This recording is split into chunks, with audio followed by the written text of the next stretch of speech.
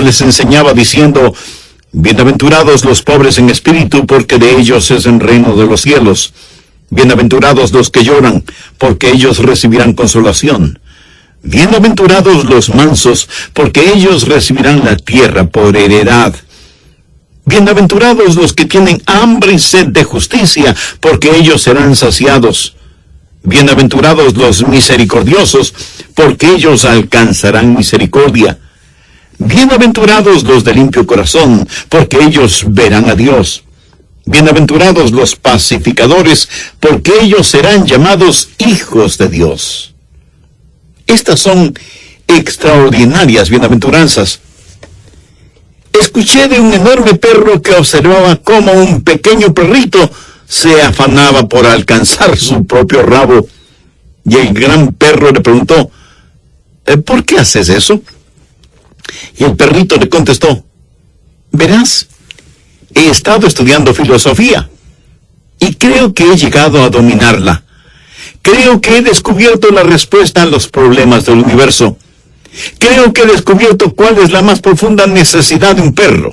Es la felicidad.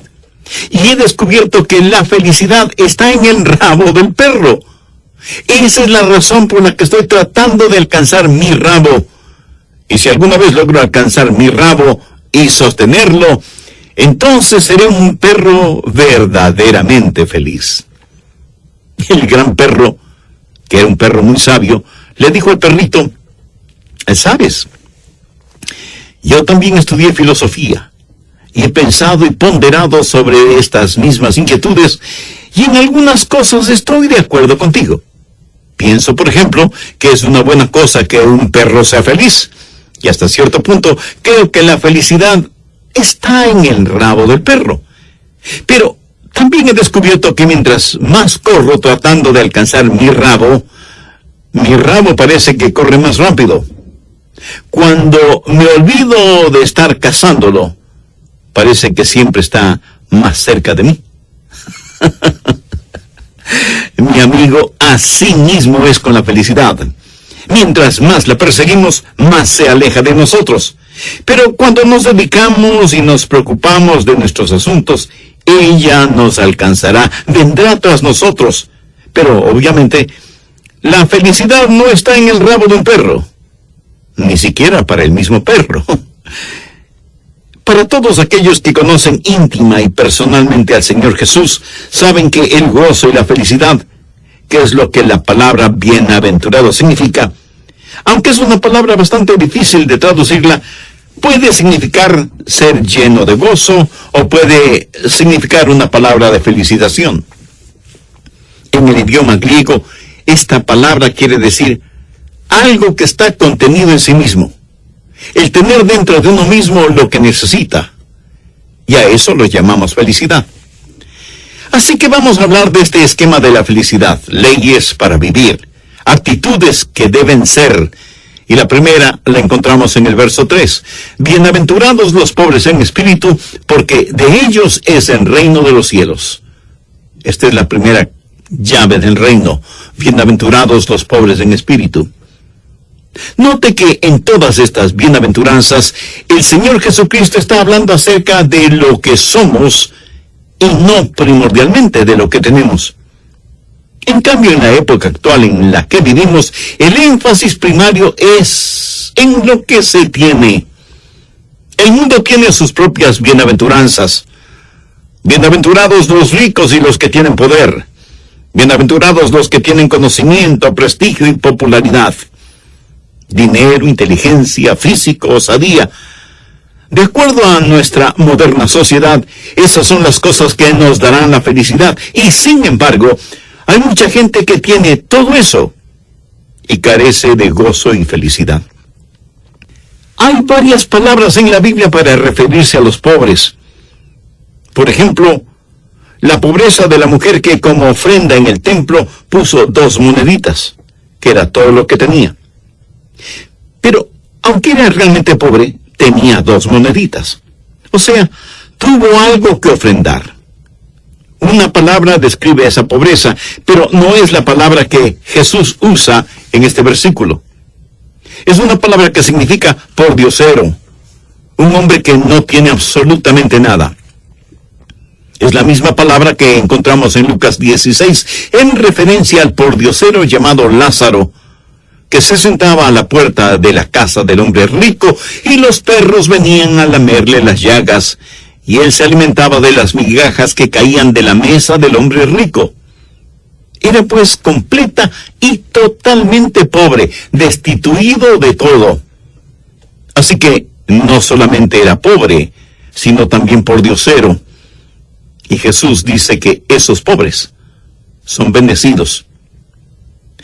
¿Quiénes son estos pordioseros bendecidos? ¿Qué significa todo esto? El mundo jamás admitirá que esa es la forma de ser bendecido. De ninguna manera. Al estudiar este pasaje bíblico, quiero que vea conmigo 3 cosas básicas. Primero, el pordiosero espiritual y su bancarrota. ¿Qué es lo que Jesús quiso decir con aquello de bienaventurados los pobres? ¿Son bendecidos los pobres? ¿Bendecidos son los que están en bancarrota? ¿Qué significa esto? Bueno, déjeme decirle que Jesús no está hablando de pobreza financiera. Jesús jamás dijo que es una bendición el ser financieramente pobre. Ojalá que usted no piense de esa manera. La Biblia nunca tiene como premisa el que debemos ser financieramente pobres, pero sí enseña que debemos tener compasión por los pobres y que debemos dar y ayudar a los pobres. La Biblia dice que muchas veces la gente pobre es rica en fe, pero en ninguna parte enseña que la pobreza material en sí misma sea una bendición. Si aquí Jesús estuviera hablando de la bendición que significa la bancarrota financiera, entonces nuestro trabajo consistiría en ver que todos sobre la tierra sean pobres, comenzando con nosotros mismos. Esa sería nuestra responsabilidad. Despojarnos inmediatamente de cualquier riqueza material y ayudar a todos a que hagan lo mismo, y tener un mundo abarrotado de pobres, para que todos seamos felices. ¿Tiene eso algún sentido para usted? ¿Cree que eso fue lo que Jesús enseñó? Absolutamente no. Recuerde que Jesucristo tuvo muchos amigos que tenían muchas bendiciones materiales. Por lo tanto, Jesús no está hablando de pobreza financiera. Ni siquiera está hablando acerca de una persona con un espíritu pobre. Y aunque dijo, bienaventurados los pobres en espíritu, no dijo que son bienaventurados los que tienen un espíritu pobre. O sea, esa clase de persona con complejo de mártir que se considera buena para nada y que pasa el tiempo teniendo conmiseración de ella misma. Y lo que muchas personas llaman humildad, y yo lo llamo postura, presunción. Y no es de eso de lo que está hablando Jesús. Él no se está refiriendo a alguna expresión externa, o el ir por ahí con una cara larga y portarse como un director de pompas fúnebres. Nada de eso.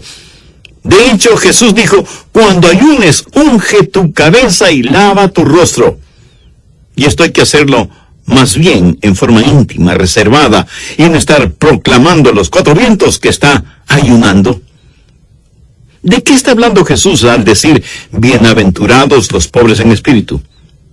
Nuestra naturaleza humana está hecha de cuerpo, alma y espíritu. Con su cuerpo usted tiene vida física, con su alma usted tiene vida psicológica, y con su espíritu usted tiene vida espiritual. Con su cuerpo usted conoce el mundo que está debajo suyo. Con su alma usted conoce el mundo alrededor suyo, y con su espíritu usted conoce el mundo que está sobre usted.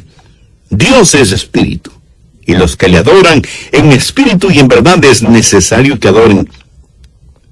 Antes de que una persona entre en el reino de los cielos, debe admitir que el plano espiritual, sin que importe cuánto tenga en el plano material o psicológico, en el plano espiritual está absoluta y totalmente en bancarrota, y es un pordiosero delante de Dios. Si es que no lo ve de esa manera, nunca entrará en el reino de los cielos. No solo espiritualmente pobre, sino pordiosero espiritual en total bancarrota. Amigo, cuando viene a Jesucristo, usted no se pavonea en su presencia. La raíz misma de la palabra pobre y pordiosero significa encogerse, acobardarse, retroceder. Le puedo asegurar que no hay pavos reales en el cielo. Cuando una persona en bancarrota espiritual, reducida al nivel de pordiosero, se acerca a Dios, debe decir: en mis manos nada traigo, y solo a tu cruz me aferro. Ese es el comienzo. Esa es la razón por qué está la calidad de carácter número 1. Bienaventurados los pobres en espíritu. Estamos hablando del pordiosero espiritual y su bancarrota, pero ahora quiero que piensen en el pordiosero espiritual y su quebrantamiento, porque el quebrantamiento sigue a la bancarrota. Alguien preguntará: ¿cómo se produce el quebrantamiento? Bien, un hombre o una mujer debe descubrir y admitir quién es pecador. Mucha gente nunca llega realmente a este punto. Para muchos, su más grande necesidad es el ver su necesidad. Así que los domingos van a las iglesias, orgullosos, prepotentes, vanidosos, superficiales, pensando que le hacen a Dios un gran favor al asistir a la iglesia. Ególatras que están rumbo a la perdición porque se creen demasiado buenos como para ser enviados al infierno. Estos deben hacer un descubrimiento, ver a Dios como realmente es, para que puedan entender quiénes son ellos. Por ejemplo, Simón Pedro, por naturaleza, era un hombre agresivo, un pescador rudo e impetuoso, listo a dar su opinión. Frecuentemente estaba equivocado, pero nunca dudaba. Como se dice generalmente, siempre estaba metiendo la pata. Pero un día Simón Pedro tuvo un atisbo de la majestad, de la gloria del Señor Jesucristo, y entonces, ¿sabe lo que dijo? Apártate de mí, Señor, porque soy hombre pecador. Simón Pedro finalmente vio su bancarrota espiritual. Isaías, el profeta, fue un gran hombre. En el capítulo 5 de su libro, está predicando fuertemente contra el pecado, contra los pecadores y contra las ciudades y países cubiertos de pecados. Pero en el capítulo 6, en el versículo 1 dice: vi yo al Señor sentado sobre un trono alto y sublime. Y ahora vea lo que declara el profeta Isaías, que en el capítulo 5 había estado predicando.